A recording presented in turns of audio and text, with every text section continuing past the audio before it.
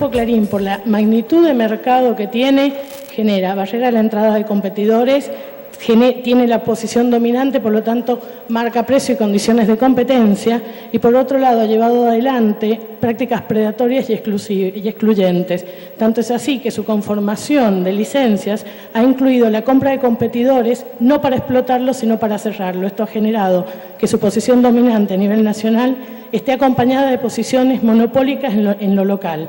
¿Cuál es el motivo por el que se optó por restringir la tenencia de licencias de televisión abierta y de televisión por suscripción y no se incluyó la limitación a los medios gráficos?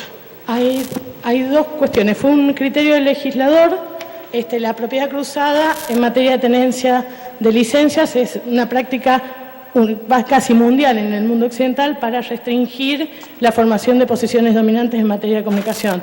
De Estados Unidos, Canadá, Dinamarca, Italia, Francia tienen restricciones a la propiedad cruzada. El por qué no se incorporó la prensa gráfica tiene dos motivos. Uno es político y otro es constitucional.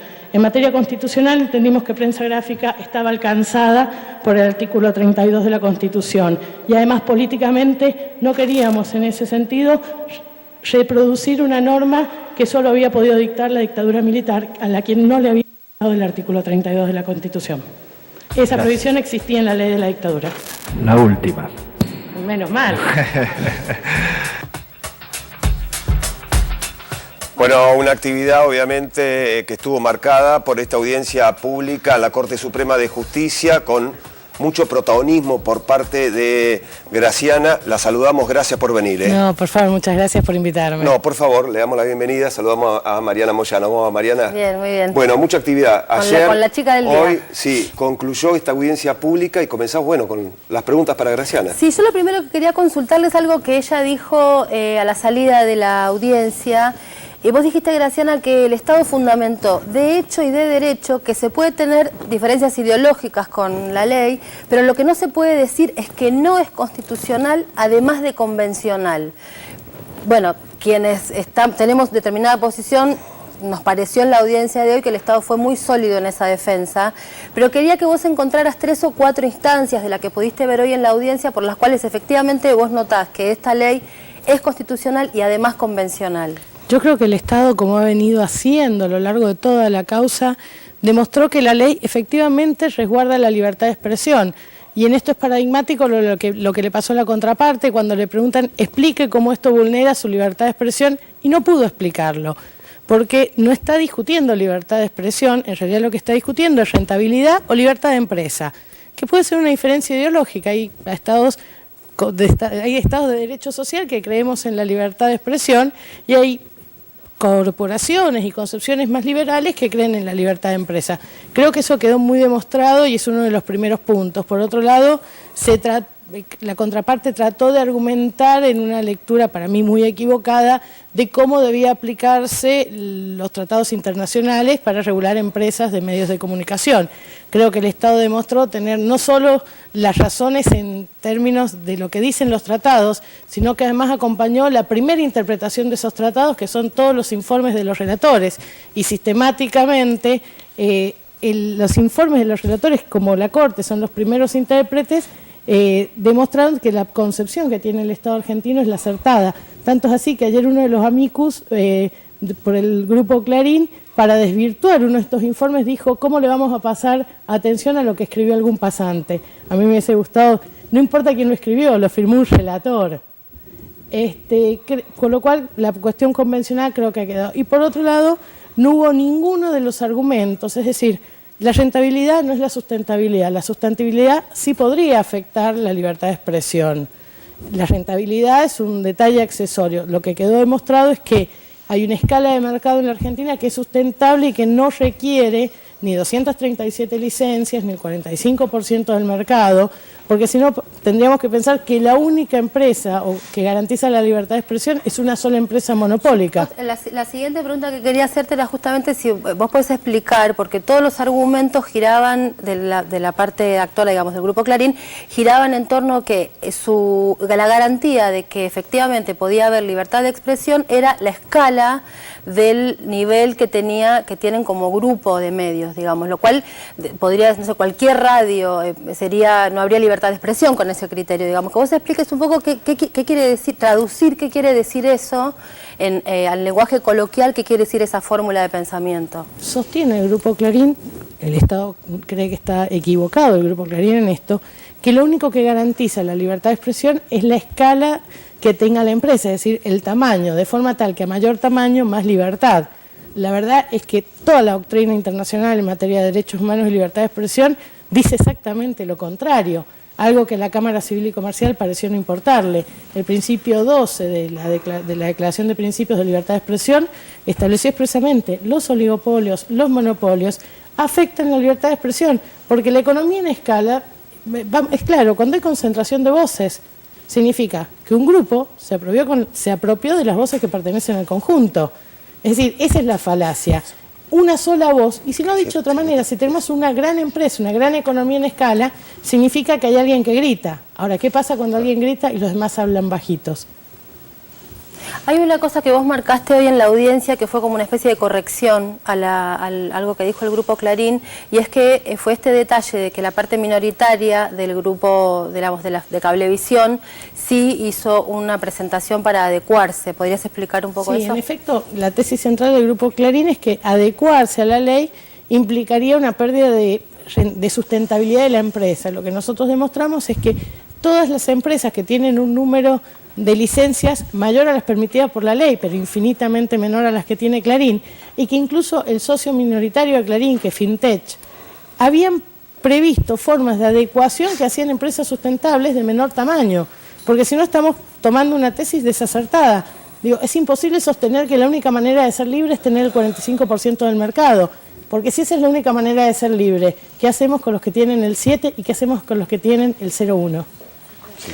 Graciana, consultarte, se habla siempre de la aplicación plena de la ley de medios. ¿Cómo fue el impacto justamente de los artículos recurridos en el marco de la práctica? ¿Cuánto se está aplicando de esta ley de medios en todos los medios de comunicación a partir de los artículos que fueron cuestionados por el Grupo Clarín? Mira, toda ley de servicio de comunicación audiovisual está interrelacionada. Se ha avanzado mucho, por ejemplo, hay cooperativas que ahora pueden brindar licencias, se han reconocido pueblos originarios, se han reconocido radios comunitarias. Ahora bien, esto es como ir caminando un camino un poco rengo, porque ¿cómo haces para que se escuche una radio comunitaria en un mundo de radios de alta potencia que pertenecen a grupos monopólicos que centralizan la pauta? O la televisión, te voy a dar un ejemplo que es dramático. En la Argentina, el 72% del total de publicidad en televisión se lo llevan los 4 canales del Capital. Los más de 30 canales del interior del país reciben apenas el 20 y tanto %. Ese es el problema. Mientras no haya desconcentración, mientras haya integración vertical y mientras funcione esta economía en escala, es muy poco viable que puedan desarrollarse nuevos competidores. Para darles un ejemplo que pasó, Paca Paca es una señal infantil. Al no ser incorporada a la grilla de Cablevisión, automáticamente Paca Paca queda por fuera del 45% del mercado. En el caso de Paca Paca, afortunadamente, la sustenta el Estado, entonces se anima a hacer una inversión pensando que dar contenidos es más importante. Ahora, ¿qué hace un inversor privado? ¿Cómo hace un inversor para proponer una inversión que parte del principio de estar excluida de la mitad del mercado? Entonces es muy difícil apostar a la diversidad en un mundo concentrado. Es básicamente un tema de espacio. Mariana, en lo humano, en lo personal, vos, ¿cómo te sentiste hoy con este protagonismo tan importante, explicándole no solo a la Corte Suprema de Justicia, sino a todo el país, a partir de la transmisión de Canal 7, del porqué de la constitucionalidad de esta ley de servicios de comunicación audiovisual? ¿Cómo te sentiste vos? La verdad, yo me olvidé de las cámaras, yo soy abogada y estaba frente a lo que es mi máxima autoridad nacional, pero la verdad que la ley, que es un proceso colectivo hermoso, que hemos acompañado muchos, digo, Y Gabriel Mariotto en eso siempre, que fue quien empujó este proyecto, siempre nos reforzó esto del proceso colectivo. ¿Yo qué les puedo decir? A mí me tocó hablar, detrás tenía el mejor equipo del mundo. Es decir, los Messi eran los que estaban atrás, ¿quién no habla tranquilo así? Yo quería preguntarte, Graciana, porque hay toda una especulación de que esta audiencia, inicialmente estas dos audiencias habían sido planteadas como una especie de un como sí, ¿no? Una especie de por la galería, digamos, para quedar. Pero me parece que tanto ayer como hoy el Estado dio argumentos muy sólidos y creo que se complica. Yo tengo la teoría de que esta ley solamente se la tumba con trampas, digamos, no cuando uno quiere ir con argumentos. Me parece que hoy quedó más que demostrado qué pensás que va a pasar, digamos, que va a hacer la Corte a partir de esto. Mira, nosotros, esto Mariana lo hemos discutido en millones de oportunidades, siempre hemos estado convencidos de la constitucionalidad de la ley. Creemos que han sido estrategias bastante espurias las que han llevado a esta situación de suspensión de estos artículos, pero además mi sensación es esta. La audiencia demostró algo muy importante, que en esto, no solo el Estado, sino además el tercer sector, como lo vimos en los amicus ayer, tienen cosas para decir. Y si querés, el hecho de que fue una audiencia pública por la Corte visibilizó argumentos que hasta ahora estaban muy tapados, salvo el enorme trabajo de los foros que se hizo con el principio de la ley. Después, el entretejido concentrado logró tapar los mejores argumentos de la ley. Les voy a dar un ejemplo. Incluso hasta quienes hemos trabajado en eso a veces decimos ley de medios. Ellos le pusieron el nombre a nuestra ley de servicios de comunicación audiovisual. Eso es un claro ejemplo de cómo, si no logramos imponer el nombre, mucho menos hemos logrado explicar. Creo que esta audiencia sirvió para demostrar que el Estado tiene, yo creo que la razón de su parte. Afortunadamente nadie tiene la verdad, pero sí puedes tener la razón. Y también creo que demostró que detrás de las cosas casi panfletarias de los canales que van a desaparecer o que violan la libertad de expresión, salvo que te guste mucho el color verde dólar, no hay mejor argumento. La verdad yo creo que sirvió para visibilizar argumentos que siempre estuvieron. Esta vez además son más visibles. En ese sentido yo estoy contenta, sobre todo de que terminara, porque estábamos cansados, pero no, yo le evalúo, a ver, hay dos planos de análisis.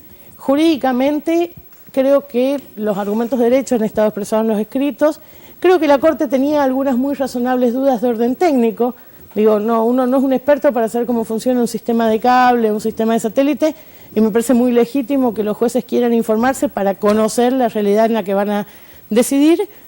Y por otro lado también me parece, esta es una opinión personal, que lo empezamos a ver ayer cuando empezamos a ver algunas cosas. Por ejemplo, a mí me llamó mucho la atención que la contraparte solo pudo traer asociaciones extranjeras a defender sus posturas en términos de radio, televisión. Digo, ni ATA, ni ARPA, ni ATBC, que son las que nuclean las cables, las televisoras y las radios argentinas, fueron a decir, no lo pueden ir a decir porque compiten con ellos. Es decir, ¿cómo hace alguien de ATBC, que alguno de sus socios se vio obligado alguna vez a vender un cable, a decir que no hay una práctica predatoria? Yo dije, acá hay una señal, acá aunque sea por omisión, hay un límite. Los de acá no los pudieron traer, no vinieron. Yo dije, no estamos tan mal. Y después empezó a hablar las razones del Estado y fue una cosa, digo, de la solvencia jurídica de Damián Loretti, que fue, bueno, el que nos enseñó a todos, por lo menos en mi caso, hasta la humanidad enorme de Rodríguez Villafañe, Cintia Ottaviano, la procuradora. La verdad es que tanto los amicus que iban por el Estado como los amicus independientes demostraron dos cosas.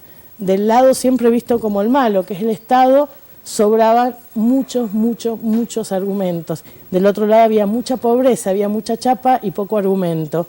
Y también quedó demostrado esto, no es una ley de gobierno, es una ley del Estado.